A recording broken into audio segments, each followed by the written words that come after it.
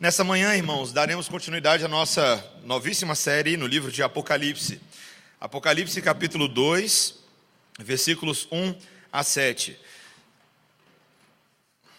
Foi citado na oração que os nossos presbíteros, o presbítero Cláudio e o nosso irmão Jefferson não estão conosco nessa manhã, estão acompanhando uma das congregações do nosso presbitério, a congregação de Marajós, é uma congregação da Igreja Presbiteriana Central, avaliando a situação daquela igreja, e é importante explicar isso porque os textos que leremos daqui diante em Apocalipse tratam do cuidado pastoral de Deus para com as suas igrejas, e nós precisamos aprender como fazer isso e como meditar nesses assuntos. Apocalipse capítulo 2, versículos 1 a 7. Hoje começamos as cartas às 7 igrejas, e a palavra do Senhor diz assim: Ao anjo da igreja em Éfeso escreve: Essas coisas diz aquele que conserva na mão direita as 7 estrelas e que anda no meio dos 7 candeeiros de ouro. Conheço as tuas obras, tanto o teu labor como a tua perseverança, e que não podes suportar homens maus, e que puseste à prova os que a si mesmos se declaram apóstolos, e não são, e os achastes mentirosos, e tens perseverança, e suportaste provas por causa do meu nome, e não te deixaste esmorecer. Tenho, porém, contra ti que abandonaste o teu primeiro amor. Lembra-te, pois, de onde caíste, arrepende-te e volta à prática das primeiras obras. E se não, venho a ti e moverei do seu lugar o teu candeeiro, caso não te arrependas. Tens, contudo, a teu favor que odeias as obras dos nicolaítas, as quais eu também odeio.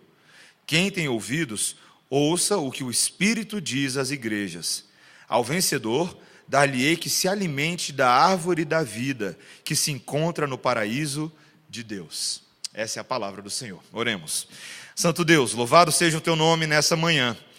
Uma manhã quente, Senhor, o clima lá fora, mas estamos prestes, Senhor, a sermos aquecidos também pelo teu Espírito Santo. Senhor, fala aos nossos corações. Que a tua palavra não permita que nós saiamos deste local hoje da mesma maneira como entramos. Pelo contrário, que o Senhor fale de forma tão impactante, tão poderosa a nós, que a nossa resposta, a nossa reação ao Senhor seja obediência e uma vida dedicada e disciplinada, Senhor. Ensina a sua igreja nessa manhã a respeito do primeiro amor, em nome de Jesus. Amém. Irmãos, quando eu fui estudar no seminário, o seminário lá nos Estados Unidos me pediu uma prova de proficiência em inglês. Uma prova chamada TOEFL. Eu não sei se alguns de vocês já fizeram essa prova antes. E ela é uma prova muito interessante. Ela é uma prova longa, você paga bem caro para fazer essa prova. E ela é dividida em 4 partes. Ela tem uma sessão de interpretação de texto. Ela tem uma sessão oral, uma sessão de comunicação. Ela tem uma parte escrita de redação e ela tem uma sessão auditiva, né? Uma parte para você ouvir, responder e interagir. E quando o seminário lá nos Estados Unidos me pede que eu faça essa prova, o interesse do seminário não é apenas que eu tenha uma nota geral muito boa, que eu faça a prova e tire lá, quase gabarite a prova. Não é esse somente o interesse do seminário, mas também o interesse de que em cada uma dessas áreas eu tenha me saído bem. Porque, afinal de contas, vamos supor, se a prova vale 100 e eu tirei 90, parece bom, mas eu posso ter ido muito bem na área de redação e ter ido pessimamente na área oral, por exemplo. E isso não dá para o seminário uma ideia de quão proficiente, de fato, eu sou na língua. Eu preciso me sair minimamente bem em todas as áreas que me são exigidas.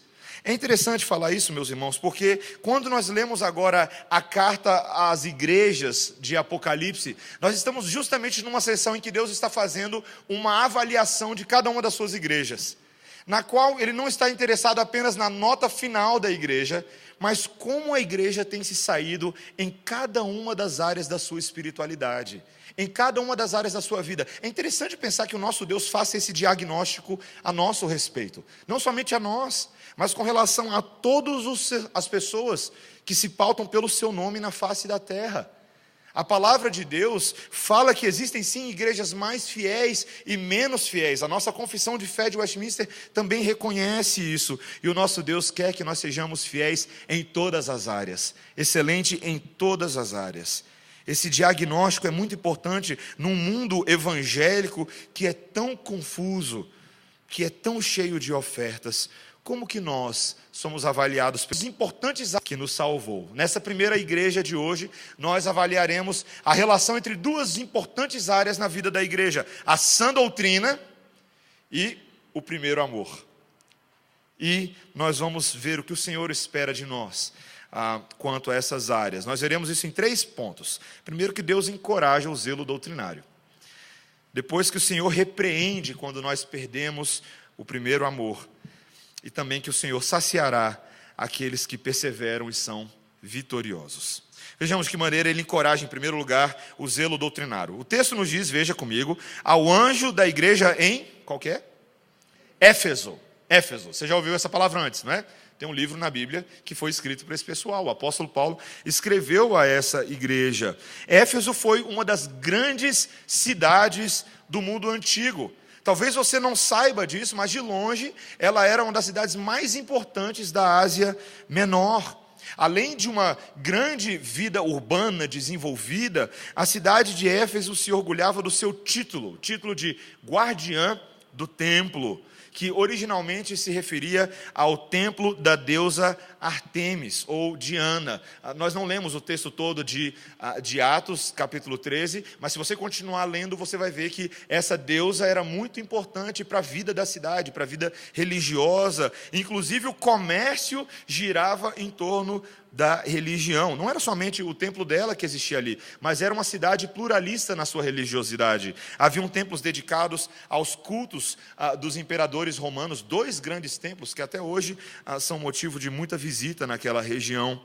Mas o templo de Ártemis, essa suposta deusa, foi construído numa área da cidade que era uma mini floresta, uma espécie de santuário de árvores. E a imagem de uma árvore simbolizava frequentemente a cidade de Éfeso, ou a sua deusa. Essa árvore da Diana era vista como uma árvore da vida, a sede da vida divina, e a deusa Diana era considerada para esses gregos a intermediária entre a origem da vida e os seres humanos, a natureza humana. Então era uma população muito supersticiosa, parece com o povo brasileiro. Uma população muito interessada, inclusive, em magia. E se você ler lá depois em Atos 13, você vai ver que isso foi um problema para Paulo quando ele foi fundar a igreja. A evangelização envolvia a confrontação desse pecado na vida do povo. Mas fato é que a plantação de igreja ali foi muito bem sucedida. E Éfeso se tornou o centro da evangelização naquela província. A Ásia Menor tinha agora como referência a cidade de Éfeso. Tudo isso para você saber para quem João está escrevendo essa carta, ao anjo da igreja em Éfeso. E quem é o anjo da igreja em Éfeso? É Miguel? É Gabriel? Nenhum desses. O anjo da igreja é o pastor dessa igreja. E ele diz, veja o versículo 1, essas coisas diz aquele que conserva na mão direita as 7 estrelas e que anda no meio dos 7 candeeiros de ouro. Na semana passada nós vimos que isso é uma imagem de Jesus, a fiel testemunha, o primogênito dos mortos, aquele que possui as 7 estrelas na sua mão, os 7 anjos das igrejas, e também anda entre as próprias igrejas, os 7 candeeiros de ouro.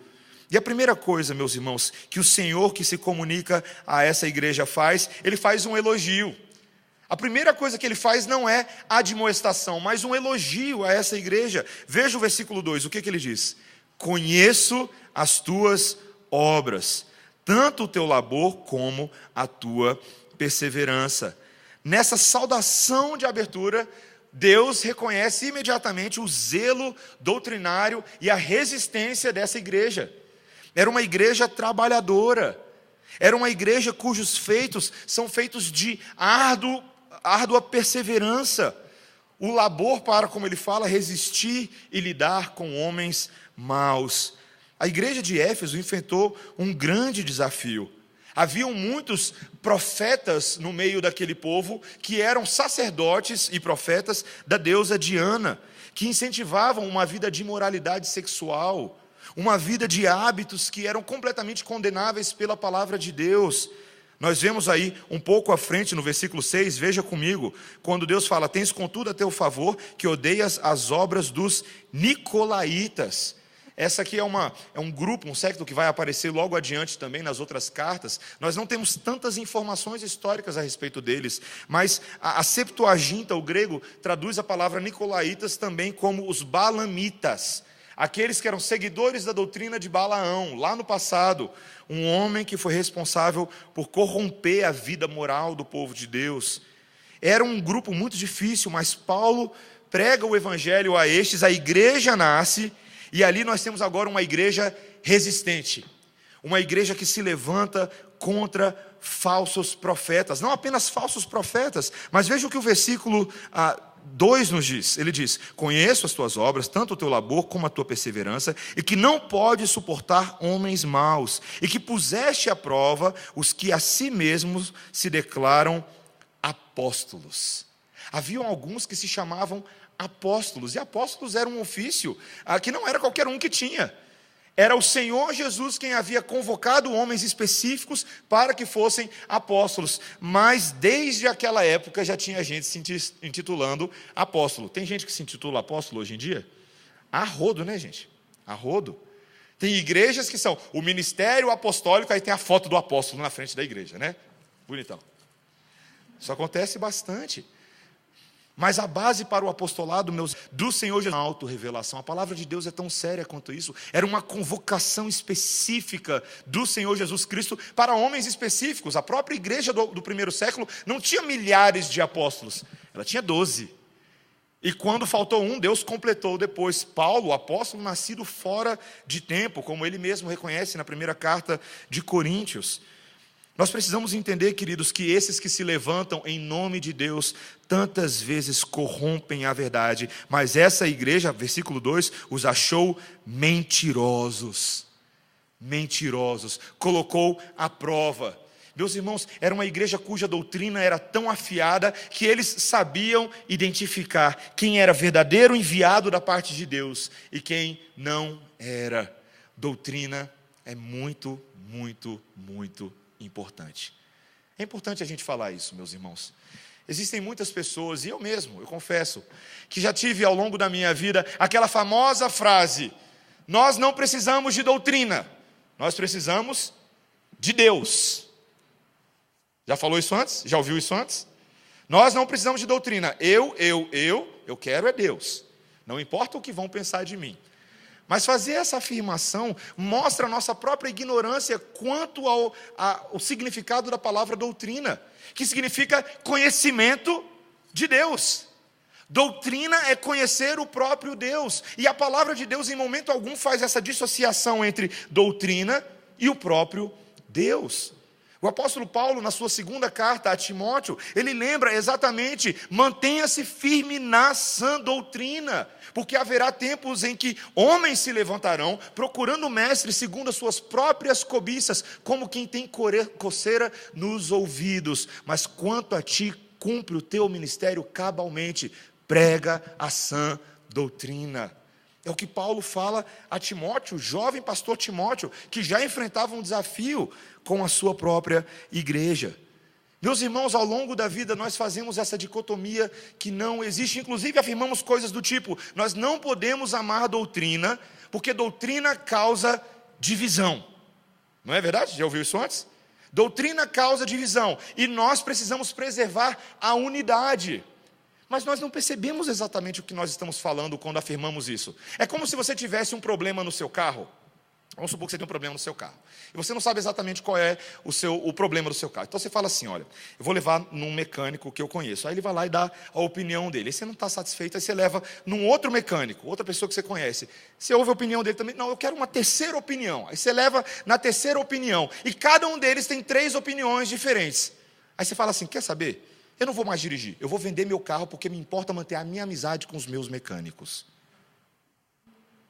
É o que nós fazemos. Importa mais manter a amizade com opiniões diferentes do que consertar o carro.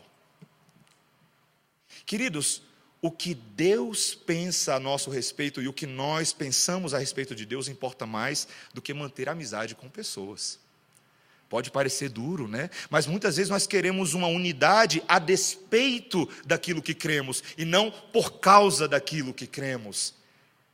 Não se engane, muitas vezes o Senhor sim permite divisões no meio do povo de Deus, dentro da sua soberania, para que a sua sã doutrina, a sua verdade seja preservada e os falsos apóstolos caiam por terra. Ele permite sim, Ele permite. E nós que amamos o Senhor, precisamos conhecer a palavra, mesmo que isso implique em perseguição e aflição para nós, como aconteceu com eles. Veja o versículo 3. Ele diz: e tens perseverança, e suportastes provas por causa do meu nome, e não te deixaste esmorecer. Meus irmãos, eles foram perseguidos, mas porque preferiram zelar pelo conhecimento verdadeiro de Deus. Estes eram verdadeiros teólogos. Certa feita eu tive o privilégio de ouvir o pastor R.C. Sproul falando no meu próprio seminário, lá nos Estados Unidos.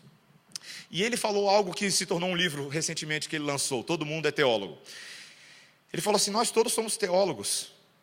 Isso é inevitável, todos nós temos algum tipo de doutrina pelo qual nós pautamos a nossa vida. A grande pergunta não é se você tem ou não tem doutrina, a pergunta é qual é a sua doutrina.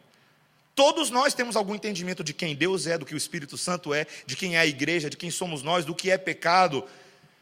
A pergunta é se o nosso conhecimento é correto. Meus irmãos, nós precisamos ser bons teólogos. Se você pertence a Deus, se você foi salvo pela graça de Deus, é inevitável que você se torne um estudante do amado. Como você pode dizer que conhece a Deus, que ama a Deus, se você não retém os seus mandamentos, se você não guarda a sua palavra? Ela é importante para nos proteger contra o ataque do maligno e contra os falsos mestres. O Senhor encoraja a nós o zelo doutrinário nessa manhã. Esse é o primeiro ponto. Mas veja que não para por aí. Em segundo lugar, o Senhor também traz uma repreensão. Olha o versículo 4. Nós vemos esse seguinte versículo, que se tornou tão famoso. Tenho, porém, contra ti, que abandonaste o teu, o quê? Primeiro amor. Toda vez que aparece porém na Bíblia, dói, né? Tenho, porém. Entretanto, todavia, contudo. Quando vem da parte de Deus, é para doer. Tenho, porém, contra ti. Deus não tem algo apenas a favor, não é apenas um reconhecimento, um elogio, mas existe algo contra a sua própria igreja. O fato de que eles haviam abandonado o seu primeiro amor. Esse era o fracasso dos Efésios, a perversão da sua principal virtude. No início da carta de Efésios, Paulo admira o amor que essa igreja, essa primeira geração da igreja, tinha por Deus. Logo na introdução do livro de Efésios, capítulo 1, versículos 15 e 16, Paulo afirmou: por isso também, tendo eu ouvido a fé que há entre vós no Senhor Jesus e o amor para com todos os santos, não cesso de dar graças por vós, fazendo menção de vós nas minhas orações. Era uma igreja cujo amor no início foi a marca dessa igreja.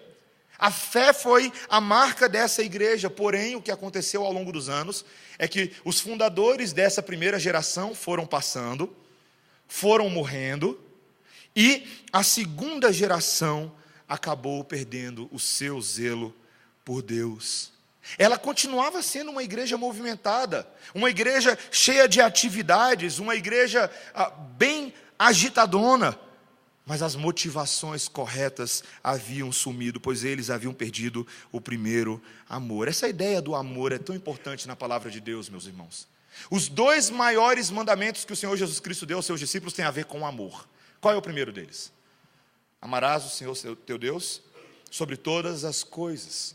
Um mandamento que vem logo da antiga aliança, quando o primeiro mandamento da tábua da lei, que perguntava: qual é o primeiro mandamento de todos? Não terás outros deuses diante de mim.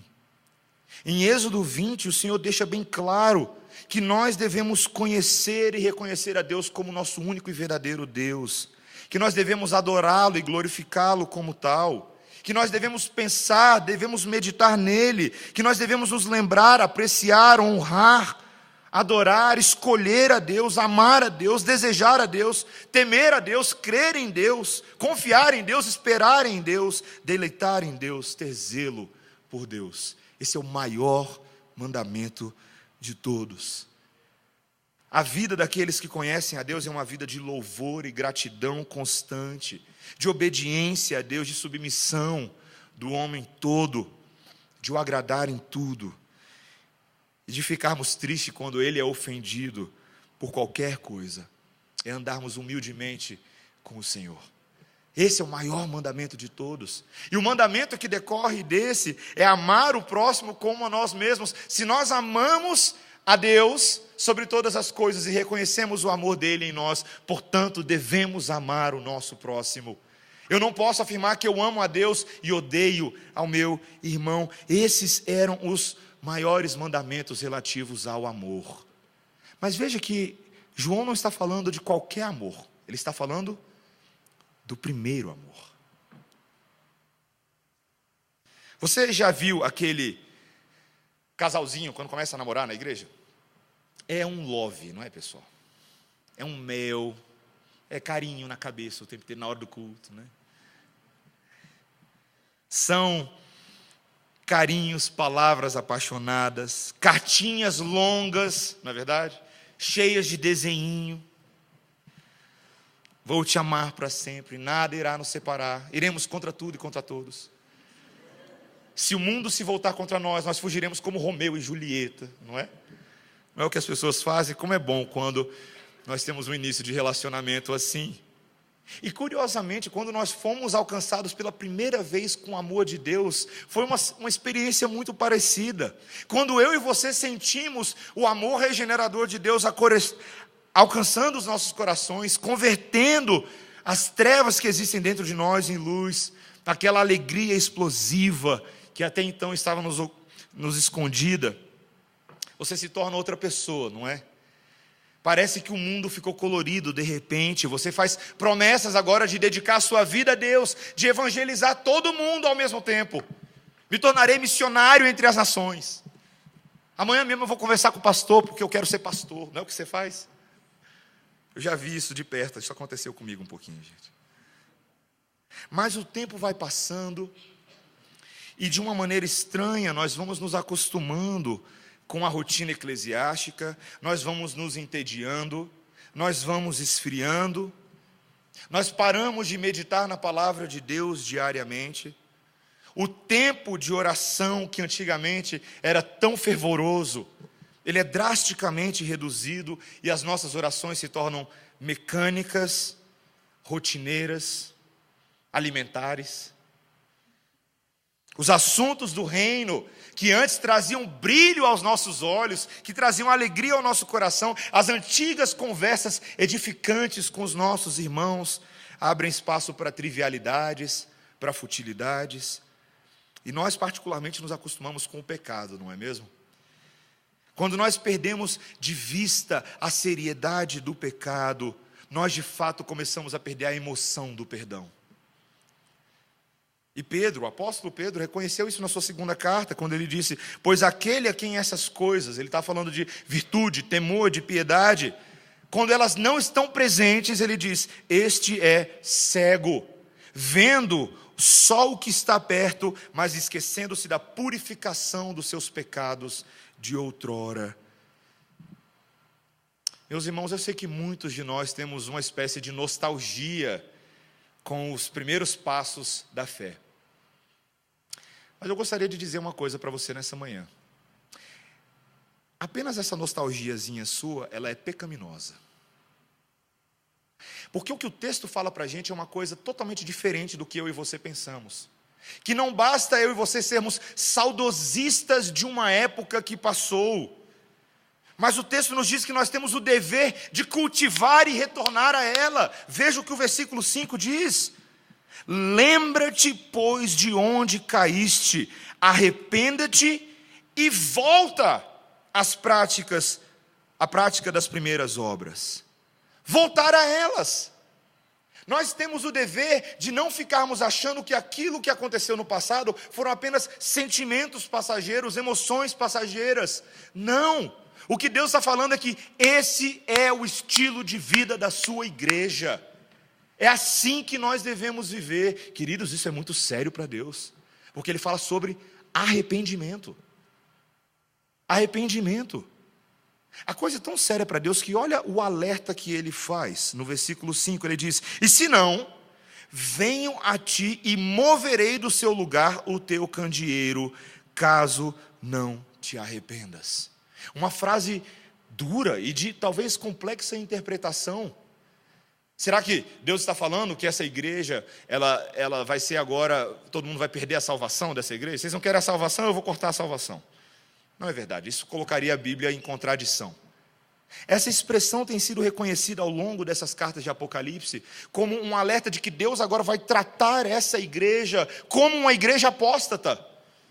Vai ser duro com ela, vai ser punitivo com essa igreja, como nós encontramos em outros textos, vai remover a luz da graça de Deus, uma igreja fria.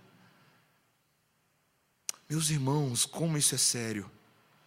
Tantas vezes nós não entendemos a frieza que existe dentro de nós, mas não conseguimos sequer perceber que ela já é consequência e julgamento de Deus sobre a nossa falta de fé. Meus irmãos, como nós precisamos voltar à prática das primeiras obras. A prática das primeiras obras não é somente o nosso amor a Deus, mas veja, é especialmente o nosso amor ao próximo. A maneira como nós lidamos com as pessoas ao nosso redor, como amamos elas, se é que Cristo de fato nos amou na cruz do Calvário. E é curioso, porque quando nós perdemos isso, isso coloca a igreja, o próprio povo de Deus, tão zeloso por doutrina, em contradição. Você concorda comigo? Que nós não entramos em contradição automaticamente? Olha que curioso, no passado, você, crente, você tinha entusiasmo, fogo, uma verdadeira tocha humana. Mas você não tinha tanto conhecimento, não é verdade? Você tinha muito desejo de fazer e acontecer, e eu lembro, meus irmãos, apesar de eu ter crescido na igreja, ali quando eu era adolescente, pelos meus 14, 15, foi quando a tocha acendeu. Eu queria transformar o mundo para Jesus. Eu usava as camisas, está com sede, Jesus mata a sua sede, né? Você vai para o carnaval, bota a abadá de Jesus, dá copinho d'água para o pessoal. Mas essa água não vai saciar a sua sede, é a água da vida que vai saciar a sua sede. Todo mundo vira evangelista pentecostal alguma vez na vida. Queridos, mas hoje, eu e você temos mais conhecimento do que o que a gente tinha naquela época. Você tem crescido no conhecimento doutrinário, você principalmente, que tem se familiarizado com a reforma protestante, com o calvinismo, com livros de teologia, você tem hoje muito mais conhecimento, talvez, do que muitos crentes antigos por aí, muitos até pastores. Mas a pergunta é, para onde foi o seu entusiasmo? Cadê o fervor? Cadê o amor? Cadê a chama do Espírito Santo queimando no coração da igreja? Cadê? Como é possível nós dizermos que conhecemos mais a Deus e não o amamos mais? Como é possível dizer que somos mais íntimos da verdadeira doutrina e isso não tem transformado o nosso coração? Meus irmãos, é bem possível que eu e você, se agimos dessa maneira, não passamos de fariseus, de hipócritas, de legalistas, prontos para usar a doutrina contra os outros, mas não prontos para amar o Deus da doutrina.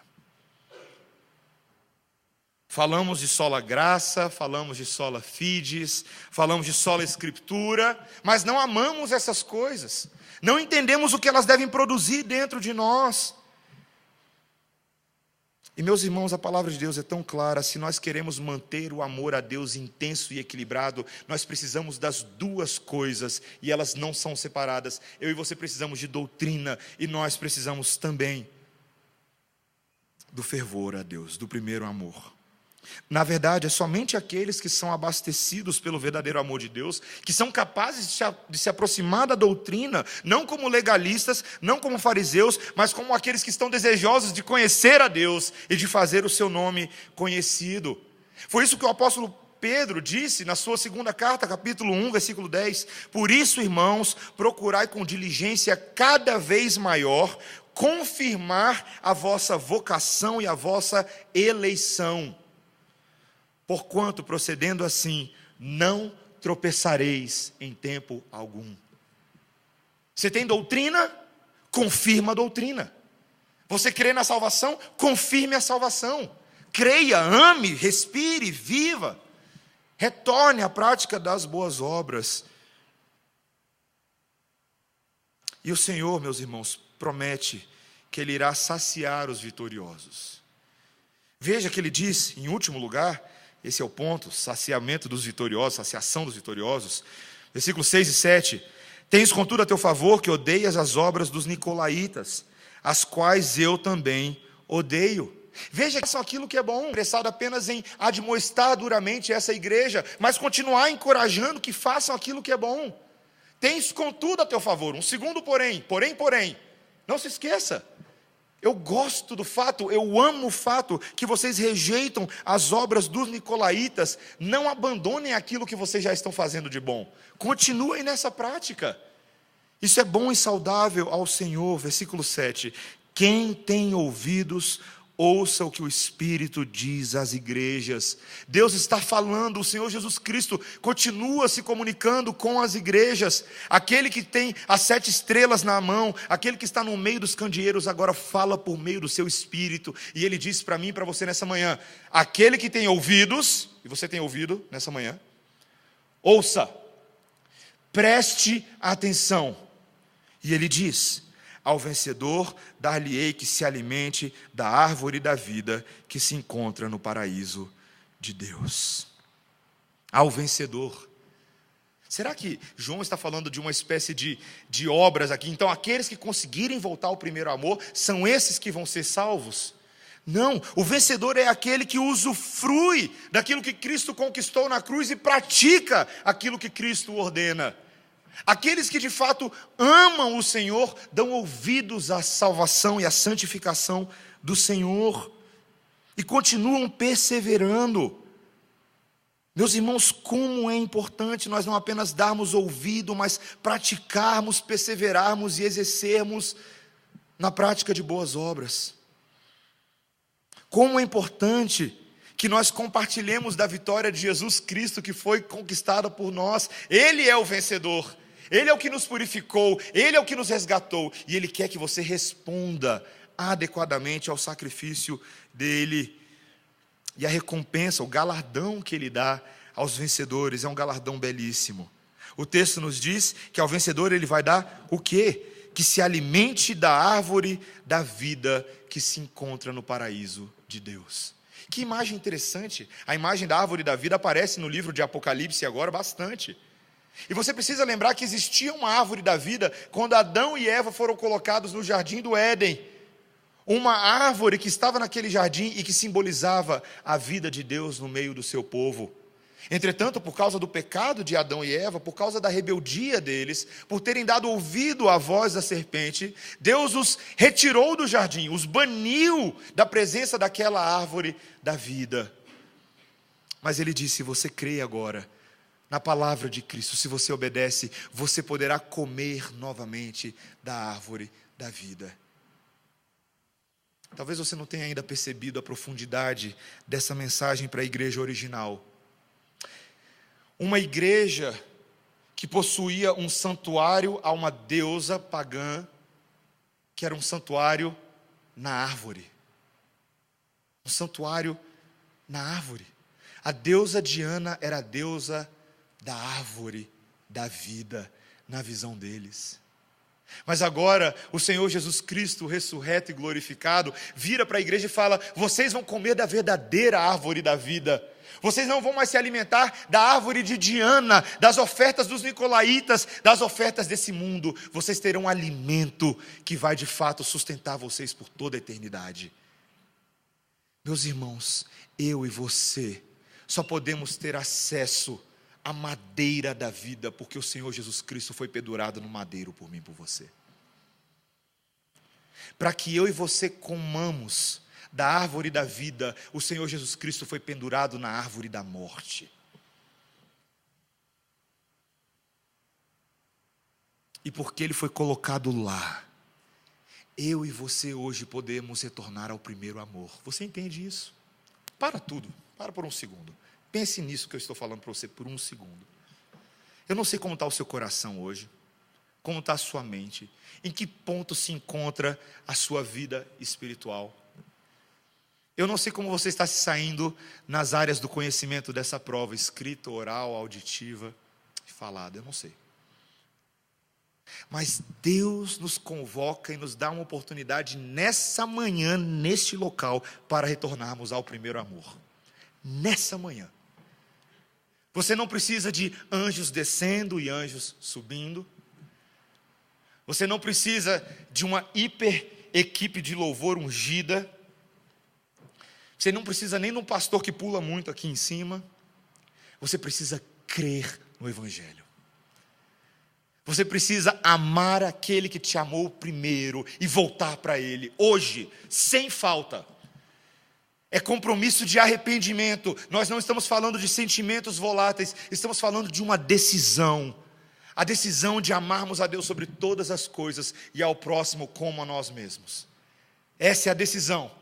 A decisão de adorarmos a Deus em fervor, com alegria. Essa semana eu estava compartilhando com alguns que eu ia pregar nesse texto. Eu dei spoiler desse texto para muita gente essa semana. Muita gente. Preguei para muita gente. E uma imagem que não parava de vir à minha cabeça, meus irmãos, é uma imagem besta, eu já falei delas várias vezes. Quando eu e você assistimos um jogo do Flamengo, e eu sei que você é flamenguista como eu, ou seja, do seu time de futebol, quem quer que seja, o seu time faz um gol, você não comemora assim, gol, isso aí time, vai lá, ninguém faz isso. Você quase quebra aquela televisão de plasma que você acabou de quebrar. Você sacode a televisão, sacode quem está do seu lado, sacode o bebezinho que estava dormindo.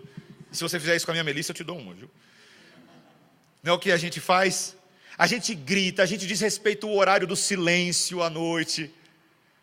Nós comemoramos, nós abraçamos estranhos. Você já assistiu Copa do Mundo com gente que você nunca viu antes? Você abraça como se fosse seu melhor amigo. Vem cá, me dá um beijo. Não é o que a gente faz? A gente bota a camisa, a gente abraça, e a gente faz isso por um time de futebol, mas quando se trata de cantar para o Senhor, Criador dos céus e da terra, a gente canta com timidez, a gente canta sem vida, a gente ora sem fervor, a gente lê a Bíblia como se fosse um livro mecânico, e nós nos esquecemos que o Espírito Santo de Deus nessa manhã está conosco. Você entende isso, meu irmão? Que vontade que eu estou de dar um pulo aqui nesse lugar. Você entende que o Espírito Santo do nosso Deus, que nos salvou, não ficou estacionado lá 2000 anos atrás, mas o Senhor da igreja anda no meio da igreja nessa manhã. Ele está entre nós, Ele está entre nós. E compete a mim, a você levarmos isso muito a sério, muito a sério. Pedirmos e orarmos ao Senhor, para que o Senhor derrame amor sobre os nossos corações, para que nós sejamos uma igreja hiper amorosa e hiper doutrinária, e não nos envergonhemos disso, porque é o poder de Deus para a salvação de todo aquele que crê. Esse é o Evangelho, é doutrina e amor, e eles são indissociáveis. Nós podemos nos sair melhor nessa prova a partir de hoje de manhã, irmãos. Nós podemos nos sair melhor. Tem que estudar, tem que ler a palavra, tem que aprender a amar como o Senhor ama, e que Ele faça isso por nós, amém? Que Ele nos ajude. Conte com seu pastor, conte com seus presbíteros, conte com seus oficiais, conte com seus irmãos, para você amar melhor. Que a igreja possa ser cheia do amor de Deus. Oremos, irmãos. Senhor Deus, nessa manhã, nós pedimos que o Senhor faça algo por nós, que o Senhor nos ajude a retornar ao primeiro amor. Que o Senhor nos ajude a levarmos tal mensagem a sério, que sejamos, Senhor, repletos de uma perspectiva redentiva, de que o Senhor nos amou, nos salvou, nos redimiu, e nessa manhã nós podemos exaltar e adorar o Senhor. Nós podemos levar o Teu nome a outros, cheio de amor por eles, ainda que sejam inimigos aparentes, Senhor, mas o Senhor pode salvá-los também.